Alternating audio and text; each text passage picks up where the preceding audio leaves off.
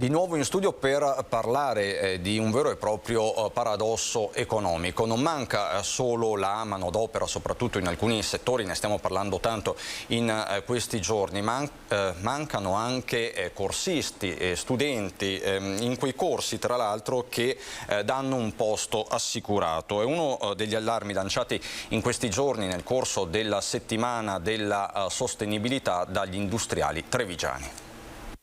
È dalla fine dello scorso anno che stiamo promuovendo questa iniziativa e stiamo avendo veramente grande difficoltà nel trovare giovani e questa rappresenta però un'opportunità veramente interessante, perché abbiamo 15 aziende che sono lì, che stanno aspettando questi giovani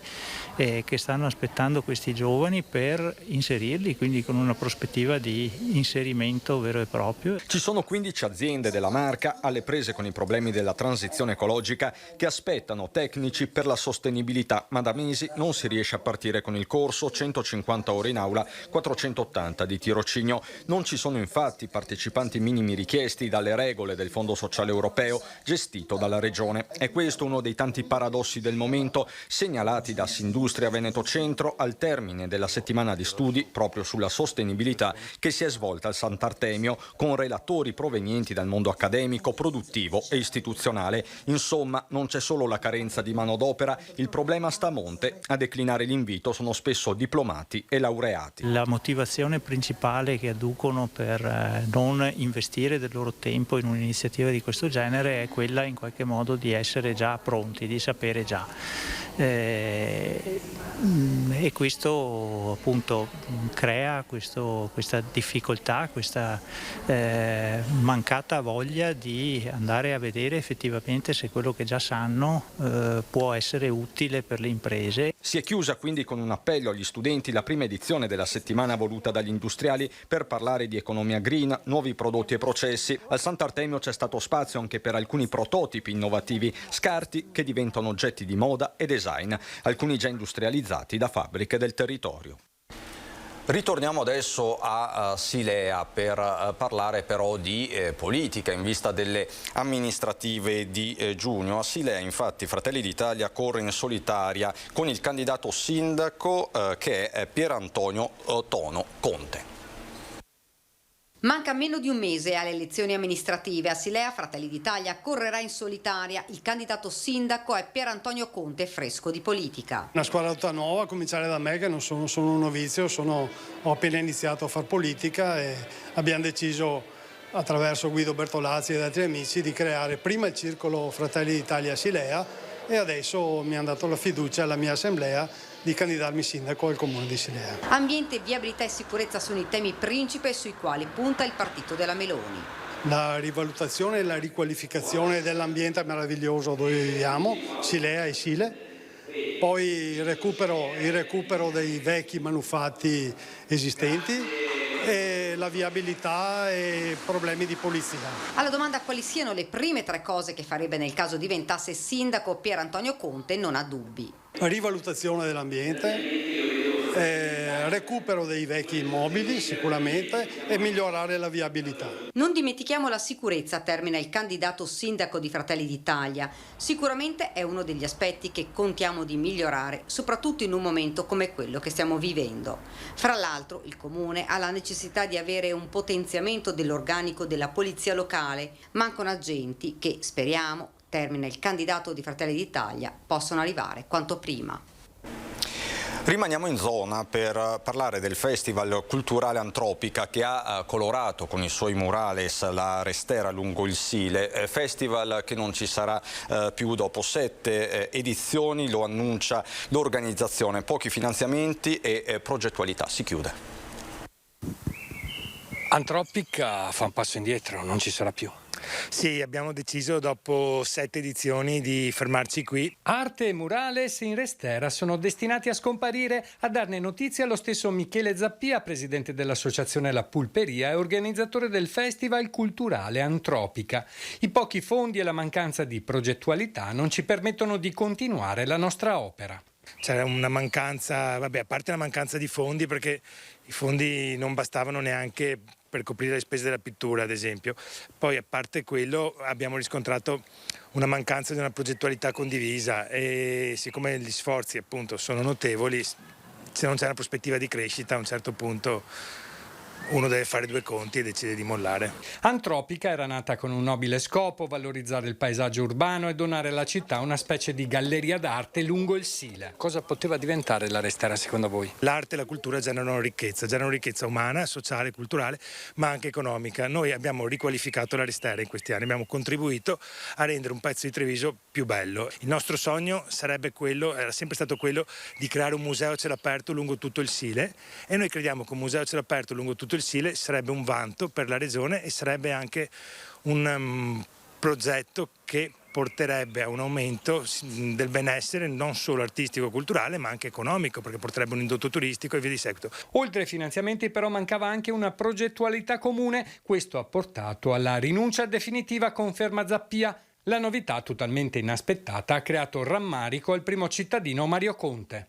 La volontà è quella di continuare a far crescere questo progetto. Ovviamente dobbiamo fare i conti con il periodo storico che stiamo vivendo. Questo è il primo esercizio finanziario che risente pesantemente degli effetti del Covid, quindi garantiamo il supporto che abbiamo garantito ogni anno e per quanto riguarda il futuro lavoriamoci insieme, però gettare la spugna così dicendo che le istituzioni sono assenti, francamente non lo trovo corretto, ma sono anche convinto che non sia questo il pensiero di Michele, con il quale tra l'altro abbiamo condiviso le progettualità, le prospettive. Ovvio che dobbiamo fare i conti con le disponibilità economiche, ma se guardiamo al futuro l'obiettivo di questa amministrazione è quello di crescere insieme ai nostri artisti. Tra l'altro per Treviso quella di oggi è stata un'altra domenica da sold out, complice la mostra al Bailo sul Canova, ma non solo, ci sono tante iniziative in città come questa che riguarda i sapori e i gusti d'Europa, che si è tenuta sulle mura. Finalmente dopo 3 anni, eravamo nel 2019, abbiamo lasciato la città, ho voluto fortemente riportarla qui a Treviso, dove abito e vivo, e niente, abbiamo portato un'ottantina di stand e purtroppo in questi 3 anni di pandemia qualcuno l'abbiamo perso, che non ce l'ha fatta a restare in piedi. Noi siamo ripartiti con entusiasmo, una gran voglia di lavorare. La gente non si è fatta attendere, un via vai continuo sia di mattina che di sera fra musica, colori e profumi, un evento che ha riscosso sempre molto successo. Torna alla vita finalmente con mercati europei, dopo 2 anni difficili di pandemia si torna a fare relazioni, soprattutto assaggiare prodotti tipici locali, veneti ma anche internazionali, con un confronto enogastronomico e culinario molto importante, quindi finalmente si ritorna a gioire dopo anni difficili e il turismo ne sta beneficiando, perché vediamo una città e una provincia che sta avendo flussi molto importanti. Piatti tipici di molti paesi europei, il mercato europeo è dedicato ad una ricchissima proposta di cibi e prodotti gastronomici internazionali, presenti espositori da tutta Europa, ospiti internazionali per una manifestazione che coniuga artigianato e enogastronomia con le migliori eccellenze locali. Gli stand sono aperti fino alla mezzanotte. Persone che qui lavorano e che danno lavoro, perché la ristorazione e il turismo sono un'anima dell'economia del Veneto. Di conseguenza voglio appunto esprimere un ringraziamento di cuore a chi lavora e a chi dà lavoro in un momento che non è assolutamente facile. Da Porti Santi 40 a Porta San Tommaso un ottimo motivo per approfittare del sole e fare una bella passeggiata provando ed assaporando i piatti di vari paesi. Un libretto per i bambini delle elementari per raccontare la natura attraverso le api. La prima distribuzione è avvenuta a Ponte di Piave. Un progetto per avvicinare i più piccoli all'agricoltura, al mondo e all'ambiente, però anche un libro dedicato agli animali e ai loro diritti. Sì, un progetto che nasce proprio assieme a tutto l'Istituto Comprensivo grazie alla collaborazione di Savno, di CIT e di Coldiretti per parlare di ambiente e animali, ma soprattutto di rispetto del territorio e di agricoltura assieme a loro. Loro sono i bambini delle elementari che a Ponte di Piave, ma anche in altre scuole della Marca, hanno avuto in regalo questo libretto che vede l'impegno di Savno. Un'attenzione particolare da parte di questa società, da parte del consorzio nei confronti del territorio.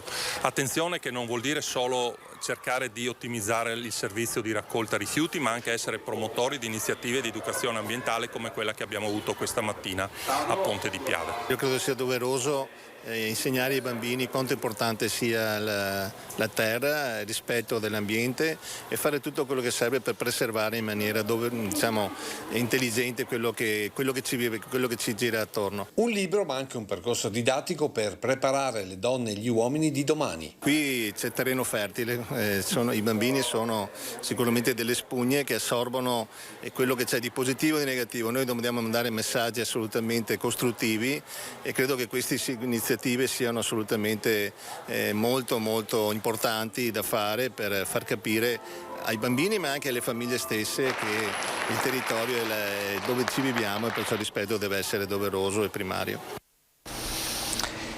Si va avanti, la partita quindi è in corso, quella decisiva per la Champions League, sto parlando ovviamente delle ragazze dell'Imoco, delle Pantere che stanno sfidando proprio in questi minuti le avversarie dell'Istanbul, lo stanno facendo, ve lo ricordo, all'Arena Stozice di Lubiana. È una gara molto sofferta ma anche molto appassionante. Vedete in queste immagini l'inizio proprio di questa partita in uno stadio assolutamente gremito, quasi 13.000 gli spettatori, 1.500 da Conegliano. Una partita, ve lo ripeto, ancora tutta da vivere e quindi i prossimi minuti saranno decisivi. Per il momento è tutto da Treviso e provincia. Vi lascio alle previsioni del tempo, non ho ulteriori aggiornamenti. Grazie davvero per l'attenzione e buona serata.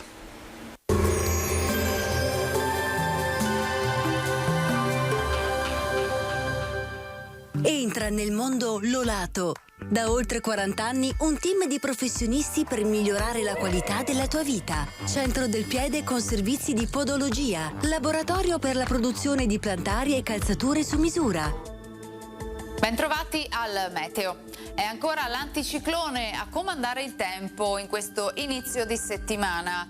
Bel tempo dunque, fatta eccezione per una locale consueta variabilità sui rilievi. Vediamo insieme il dettaglio. Sul Veneto avremo un ampio soleggiamento con il passare delle ore, nubi irregolari sui settori montani, pedemontani e occidentali della pianura, associati anche a rovesci e temporali, localmente già nel corso della mattinata, ma che poi proseguiranno un po' durante il pomeriggio. Temperature sostanzialmente stazionarie, minime tra 16 e 19 gradi, massime invece comprese tra i 24 e i 32 gradi. Ci spostiamo ora sul Friuli Venezia Giulia, anche qui tanto sole. In montagna saranno probabili rovesci e temporali possibili fin verso le zone limitrofe. Temperature minime tra 16 e 21 gradi, massime intorno ai 30. Infine diamo uno sguardo alla situazione del Trentino Alto Adige. Inizialmente sarà asciutto e soleggiato, a seguire anche qui qualche temporale a carattere sparso. Temperature minime intorno ai 16 gradi, massime sui 31-32 gradi. Dal meteo di Antena 3 per ora è tutto, arrivederci al prossimo aggiornamento.